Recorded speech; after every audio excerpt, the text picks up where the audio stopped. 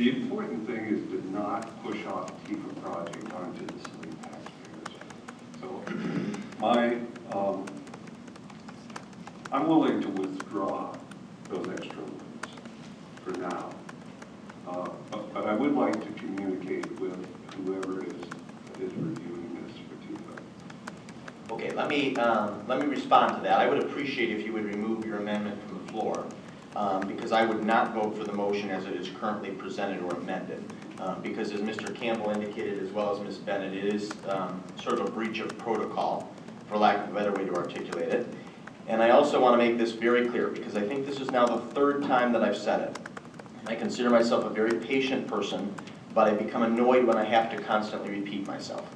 This issue has now been brought up for the third time to this dais at a regular council meeting about this TIFA issue specifically. And every time, the response has been that the LDFA TIFA task force will take a look at this and make a recommendation to City Council and to the Economic Development Boards. Mr. Girbach, who sits on that task force, has agreed to bring it up for discussion, and that will be done. I also feel compelled at this time, Mr. Bourgoin, to respond to your memorandum dated November the 15th, and then also your email dated this Sunday, November 17th. And I'm in reference to paragraph 5, in sort of a bizarre response to an email that Mr. Girbach sends out. You say some nonsense about staff having backroom discussions and putting a proposal on the August 14th ballot for a street millage, which could not be further from the truth. Nothing to that extent was articulated on Saturday at our retreat or at any other time. It was simply an idea that was thrown out because we have to keep every option on the table as we can continue to explore ways to fund capital projects.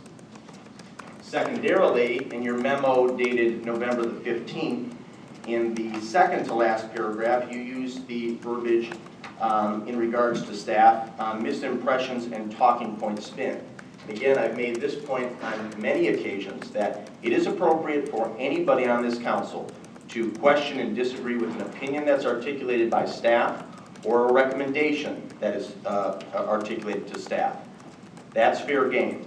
But when you impugn integrity or motives, that's where I have to draw the line, and I have to say to anybody on council who would Reserve of $1,928,000 established in 1987 as part of a sewer plant construction under a federal grant. I think it's called the 201 grant. So I had asked the question, what was the amount of the investment at that time for which too far a cold case? Well, I don't know. We've dug up some really good stuff this week. If it was established in 1968 for sewer at 1.928 million, did anyone know in 1968 how much the total value of that investment was that they were basing? Any additional discussion on Mr. Girbach? Not for Ms. Bennett, but Okay. just a question basically for council. Why did we spend time looking at an issue that's 45 years old and we already have plans to have this stuff assessed, wasting staff's time an entire week when we're trying to cut, when we've cut and continue to cut, and yet we're looking at these items that are being addressed proactively instead of going back and looking at something from 15 years ago in terms of the rec center and 45 years ago in terms of the sewer system. Because I am fed up with having to have all these issues brought back, and yet the added value of these is not there. I want to see that we don't continue to have this kind of goose chase called a cold case in the future. I don't know where this is or why this is happening, but at this point, I believe our city manager has the authority and should be proactively looking at what is scheduled for our staff, and it is his authority to make these decisions. Thank you. Thank you, Mr. Girbach.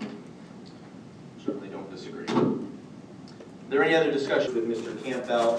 And there is, I think, agreement between he and I that when council members ask questions or make demands of staff members that go beyond the normal scope of questions and inquiries that they receive, that they will be forwarded to this council to see if there's a majority consensus to move forward. And if it's determined that there's a majority of council who wants a particular piece of information or analysis done, it will be done.